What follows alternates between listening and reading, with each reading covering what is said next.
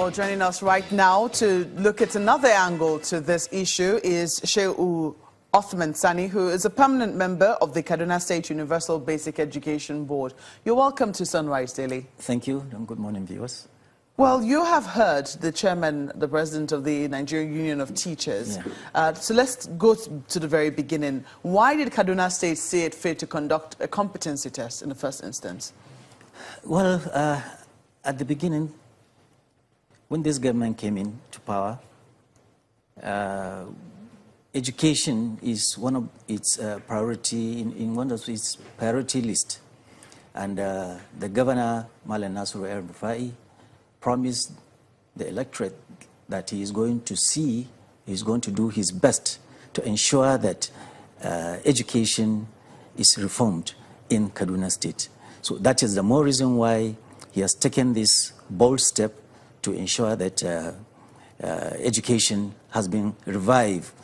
Because what we discovered is that when we go to the schools, we give them a lot of training, but the pupils still couldn't read and write.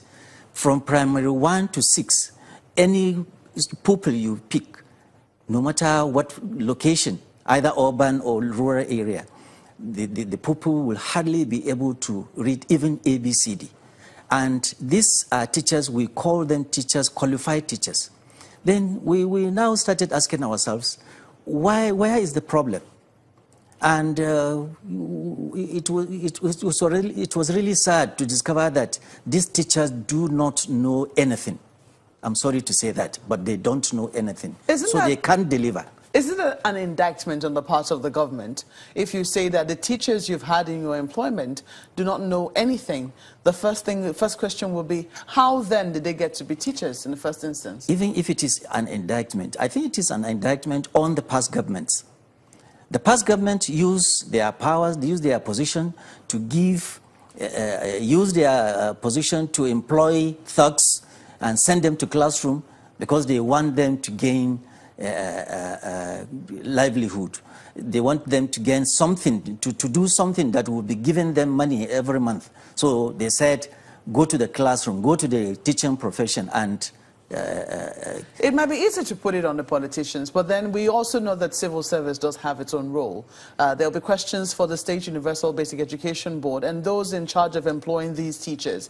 Even if people were going to use nepotism or whatever means they're going to use to employ people, there ought to be certain tests that these people should pass, or minimum qualifications that they must have to qualify as teachers in the first instance. Nobody ever heard the voice of Subeb, for instance, in this matter.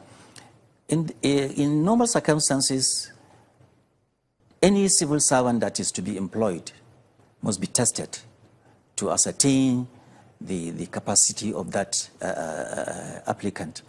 But in the past, the PDP government don't even use that as a yardstick. They use their business card, they use their complimentary card. Look, take this card to the education secretary and let him give you employment letter. In fact, there are situations we learned that education secretaries are asked to come to an office with employment letters.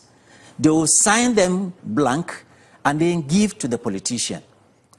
Because the politician feels he can do and undo. He can fire the education secretary, and so whatever intimidation they use it. So the education secretary is left without no option than to follow what they ask him to do. So that is the situation we found in Kaduna State. And that is why we are taking this bold step. And not once did any of the education secretaries complain? Well, even if they complain, or protest? Where are they going to protest to?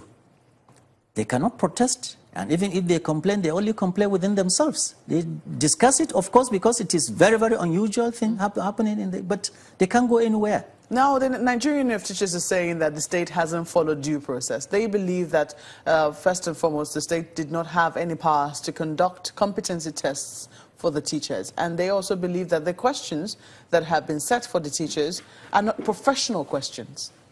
Well, they have the right to say whatever they want to say. But as far as we are concerned in Kaduna State, we follow the due process. What is the due process? Of course, the unqualified teachers that were sending away, they have their employment letters, fine.